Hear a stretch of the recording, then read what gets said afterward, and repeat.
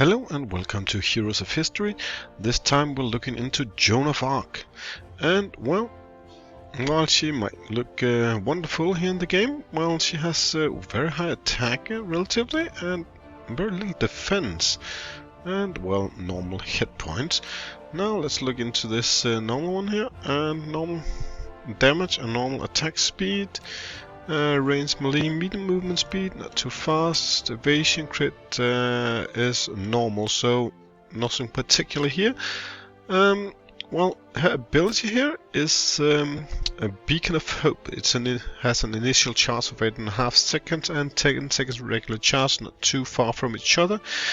It calls for divine assistance targeting a biggest cluster of enemy units, dealing 174% damage in a range of 2. Also heals all friendly units in the same area by 133% of Joan's base damage. Well, it's not a lot, but it's helpful. Affected friendly units gain 13% of Joan's attack as attack for 8 seconds. Well, that's actually nice.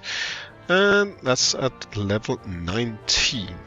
Now, what is more importantly, what can we gain from her if she gets awoken? Well, 7.5% attack here, more focus. Well, that's an earlier start. Attack 15%, hit points 15%. Well, she gets hard to kill, and 25% extra attack. So that's like 47.5% extra attack. So she'll get really mean, but she doesn't hold a lot of defense. Now let's test her out here and move over here and find the campaign map, and out of this one and back to the good old 24. Now let's put her in this battle, and I have already decided that compared to last time I'll take him out. And then we need to find Joan of Arc here in our rooster somewhere. Let's see if we can find her and recognize her when we pass her. There she is. Well, let's see that. Well, he collects all the close combat units, so let's just rule the waves here and see if we can manage. Shields are up, and everyone goes over here. Well, there's no really fast area damage here, but there it went down from Joan of Arc, and there came the dragons of Mulan. Well, it seems to go okay for the first wave. Let's see if the second wave goes better. Everyone going for Bismarck. His shields are up, and oh, that wasn't the best timing, Joan. But well, nevertheless, we'll have to fight our way through again. Oh, you'll hit it right nicely now. Yeah, it helps a lot of our ordinary units to stay alive and stay in the combat. That's a good thing when defending everything and giving them hope. Now let's see. Well, everybody's going over there. Now she'll have a good place to stand to use her power. And if we can keep Bismarck alive, that would be awesome too. Oh, he's really getting some damage right now. And those doing the most damage are not the ones, well, who Mulan or Joan of Arc is hitting, but it doesn't seem to matter because, well, he has been in the sweet spot for all this match. Well, let's look into the battle stats here and see if that looks great. Let's see here. Compared to the healing power, that's a pretty neat damage she's giving out. Let's give it up and see the next round if she does just as well. If I remember correct, that's a 2-wave battle, so let's see if she does the same tricks here. Yes, 2-wave battle. Everyone runs for Bismarck, and all the rest of you try to position yourself in a proper manner. That would be awesome, because we'll need that boost of power. And thank you very much, Joan of Arc. That is a good boost of power. Can we please keep Bismarck alive and give him some help and love here? Miladies, that would be nice. If you can just help him out just a little bit more than this. Oh. It'll take a long time before we get some area damage in here for the second round. That's not exactly peaches. So, oh, well, Joan of Arc, that's right about now I would love you to blow them. That looks nice. But Bismarck, you're still in trouble. We need some more healing very, very fast. And some area damage. I'm not sure we're gonna make it. Well, he's self-combusted. That might just save it. I knew that he revived there at the end. He just barely made it. Oh, come on. You know. Oh, I just thought it was stuck, but it didn't. Let's see the battle stats here. There's still a decent damage she's giving there, especially looking into that she's only doing it around herself. That's a restriction that Huamelan doesn't have, so that's really high damage. Given the circumstances, she doesn't even have a large field of area where she does her damage. So even on top of that, that's not super much you can do. And you can see here, nicely doing these healings all over the place, and well, area damaging too. So let's see if we can do it in the next round too. Come on, get into the thick of it before you do something like throwing your powers. That's not going to be the best of ones, but it does a nice portion of damage. And oh, with the combination of Huamelan, that just died off.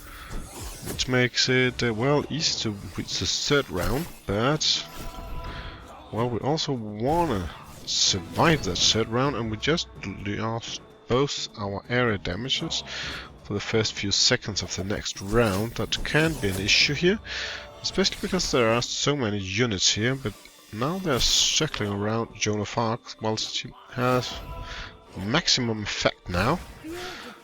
And Dragon Breath on top of that, that's just terrific, seeing how much those two damage in combination with each other.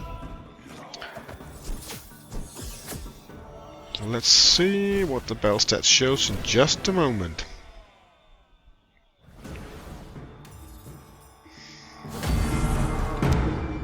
There we go. Oh, and she won the MVP here, so that's really strong. Now let's move on to the next battle here.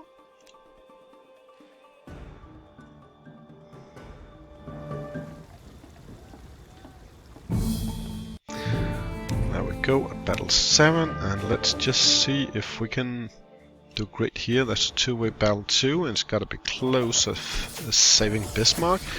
So let's just hope they will do what they must do to save him.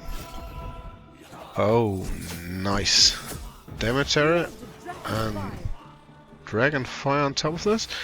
Oh, and Bismarck needs help for once.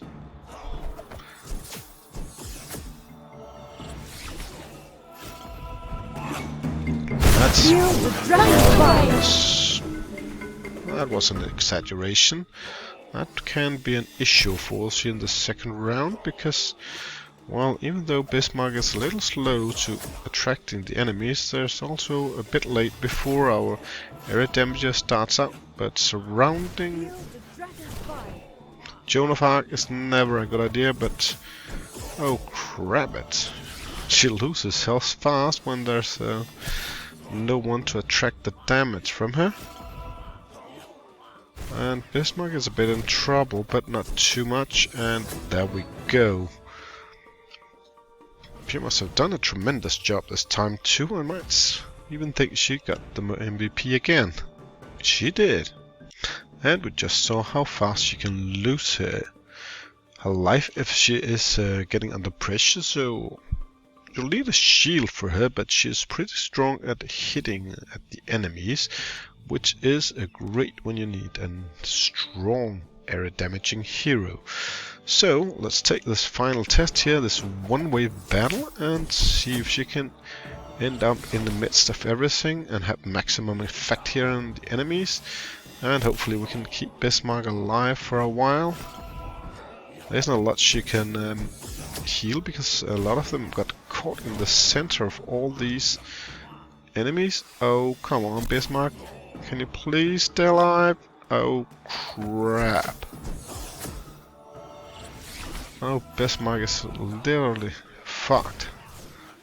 Not sure he makes it. Oh. Saved by a threat. Well, we'll end up with 5 times 3 stars, just like we did with Sun Tzu. But Sun Tzu had that had been awoken. Joan of Arc didn't, so I think she is a bit better for this team than Sun Tzu was.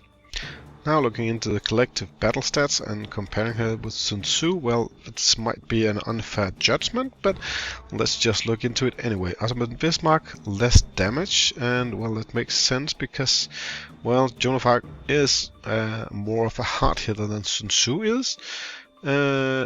Louis is, well, a little less, but not anything that we can really judge upon, and Huamulan has really lost a lot of hit points given to the enemies compared to Joan of Arc, and well, Ashoka a little less too. Damage wise, Otto not too much away from the opposite calculation up here on the other test, and Sun Tzu and Joan of Arc absorbs just as much damage in average, and well, the same for Louis XIV's. Huamulan is one of those who has the biggest change in how much hit points she loses. And Otto von Bismarck, twice he needs to be resurrected. And well, the big banger here is Joan of Arc. Actually, well, it's a lot less than Ashoka, but it's more than 50% of what he did. She, well, gave of healing, so it's quite a lot of healing. And on top of that, also a lot of damage. So, and given the fact she isn't awoken twice like Sun Tzu, I would say she is a better card than Sun Tzu is. And well, that's my thumbs up for take her. But be aware, as we saw in the 4th battle, she can lose her health really fast. You need to protect her in some way, and well, I know it's hard because she's a close combat unit, but it is worth it. If you can protect her, you should use her a lot. I will say thank you for watching this video.